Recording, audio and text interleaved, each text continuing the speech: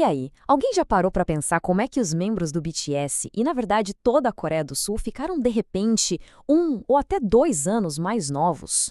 Pois é, não foi mágica não. Foi o fim de um sistema de séculos de contagem de idade. E hoje a gente vai desvendar esse mistério. Olha só essa pergunta. Como é que alguém que nasce no dia 30 de dezembro pode fazer 2 anos de idade só 2 dias depois? Parece que não faz o menor sentido, né? Mas essa era a realidade no antigo sistema de idade coreano. E essa pergunta meio maluca é a chave para a gente entender tudo. A resposta vai surpreender. Para a gente resolver esse quebra-cabeça, a gente precisa voltar um pouquinho no tempo e entender duas regrinhas que eram a base de tudo na Coreia por séculos. Elas são o segredo por trás desse sistema que é, vamos combinar, bem diferente do nosso. A grande diferença está toda aqui. No sistema internacional que a gente usa, todo mundo nasce com 0 anos, certo? E faz aniversário no dia que nasceu. Já no sistema coreano tradicional, o bebê já nascia com 1 ano. E o mais doido, a virada de idade não era no aniversário, era no dia 1º de janeiro para todo mundo ao mesmo tempo.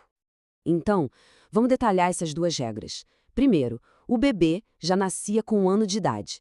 Isso era uma forma cultural de valorizar a vida desde a concepção, incluindo o tempo na barriga da mãe.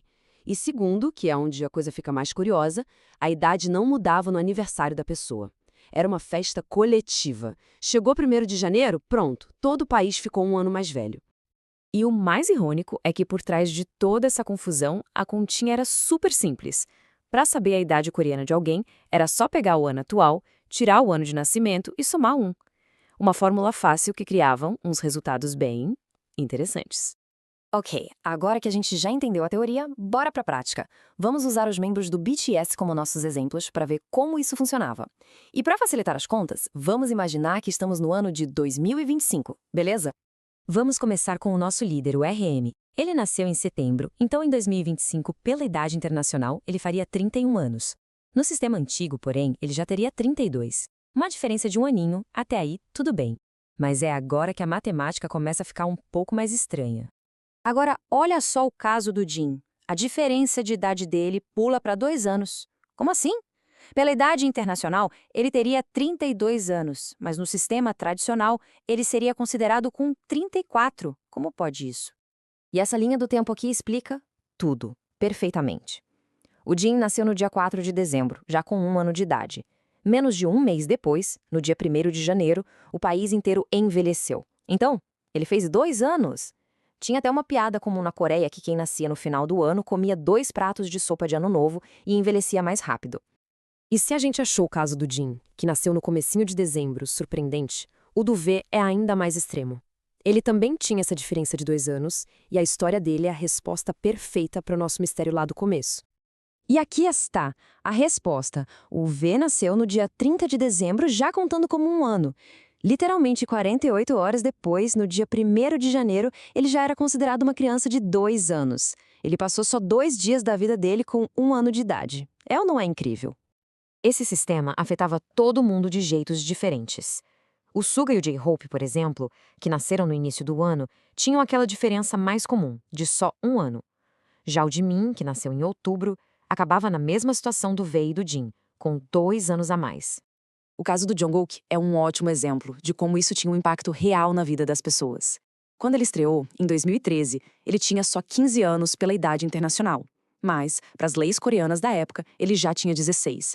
E essa idade era super importante para regras de trabalho para menores de idade e até para a classificação de programas de TV que ele podia participar. Pois é, como a gente viu, a confusão era enorme. E era assim no dia a dia, em documentos, em tudo.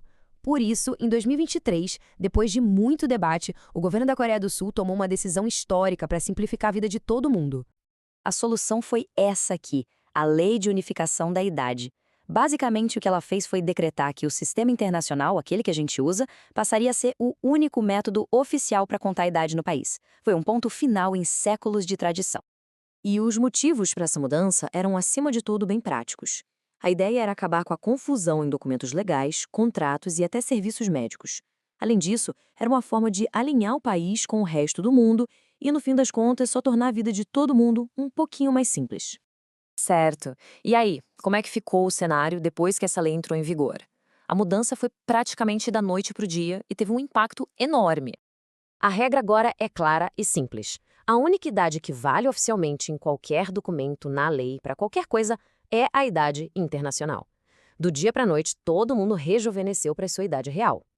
E para quem acompanha o BTS, o que isso significa na prática? Bom, a regra é fácil. Todos os perfis oficiais, tipo no Weverse, e os conteúdos novos já usam a idade internacional.